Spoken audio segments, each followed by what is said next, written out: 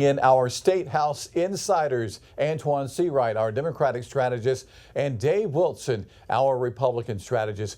Guys, it's been a busy year at the State House. Lawmakers just this week signing off on $350 million worth of earmarks. This is money set aside for what they call community investment projects. I think the governor has until the end of the month to look all this over, Dave, but $350 million, some people at home would say that's a lot of money for individual earmarks.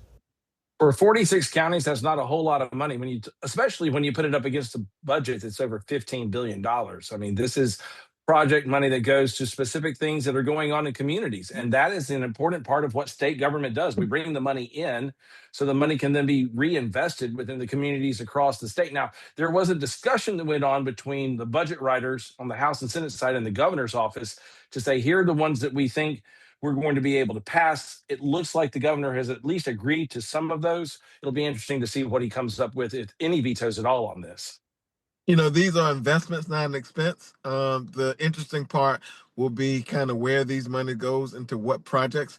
But I do believe, by and large, this is a direct way to ensure that the communities that need it the most and the constituencies that need it the most are able to get these dollars through whatever entity or whatever vehicle they are used to generate these dollars back into the community. I think it's so important. I think it also gives community members and constituents the direct confidence that their taxpayers' dollars are being used to benefit them. Turning now to that runoff from earlier this week with Senator Graham and Ralph Norman. Dave, President Trump apparently remains popular in South Carolina. He got her over the finish line. He got her over the finish line with 5 points. But, the question came in, did he expect it to be more? As we got closer and closer to the election, Norman's numbers kept rising, but Donald Trump and the MAGA Inc. machine poured in over $1 million worth of dollars and effort to make sure that he could get Graham across the line. Because keep in mind, it was he who endorsed her before she even got into the race. So this, on a national scale, has a big implication as to whether or not Donald Trump is going to enter these last 2 years of his term with an ability to have some level of influence. Look, I think every race is different. I don't think this means that President Trump is somehow or another this widely popular elected official. In fact, if you look at his poll numbers and every single major issue he's advocated for, he is on life support. And I think voters are going to pull the plug in many ways in November. But there's some underpinning dynamics that I think are very important to this race. One, DEI Darlene did not earn it. Darlene is in this race and became the nominee because she's Lindsey Graham's sister. Most people would agree that when you think about from a qualification standpoint and be able to articulate the issues, she's not there. But number two, $8 million was spent on her behalf beating up on her opponent versus $2 million from Ralph Norman.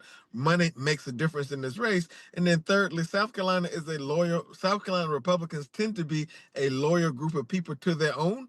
And so I think she benefited from the Graham last name in this race. And I think that made a difference because she overperformed in counties where you have a lot of population that is not South Carolina homegrown. And I think that's where the Trump endorsement came into play.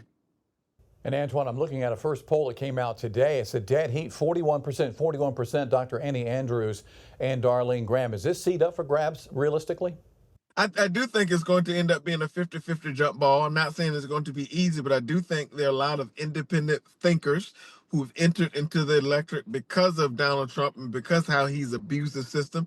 And people are now feeling the residue of Trump's policies because he's been in charge of our economy and our system for 2 years now. And people are saying, you know what? If I keep doing the same thing, I'm going to get the same result. That's what Einstein called the definition of insanity. And so I do think you'll see people start to think differently about how they cast their vote in November. Annie Andrews' only chance of winning in this race was with Lindsey Graham no longer being in it. Let's just be honest, because Graham was easily going to take 55 to 60% of the vote, no matter how you took it, because it's just been the case for years, for the decades that he's been serving.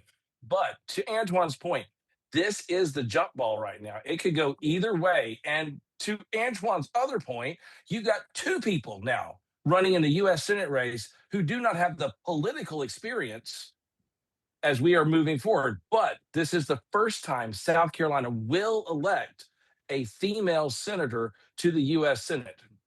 And just for a note of history, I think this shows how far we've come as a state and as a country. South Carolina will have one African American senator, Republican Tim Scott, and we will have a woman representing the Panhandle State in the Senate. I tend to believe that woman is going to be Annie Andrews. All right. Antoine and Dave, as always, guys, thank you so very much for your time. A quick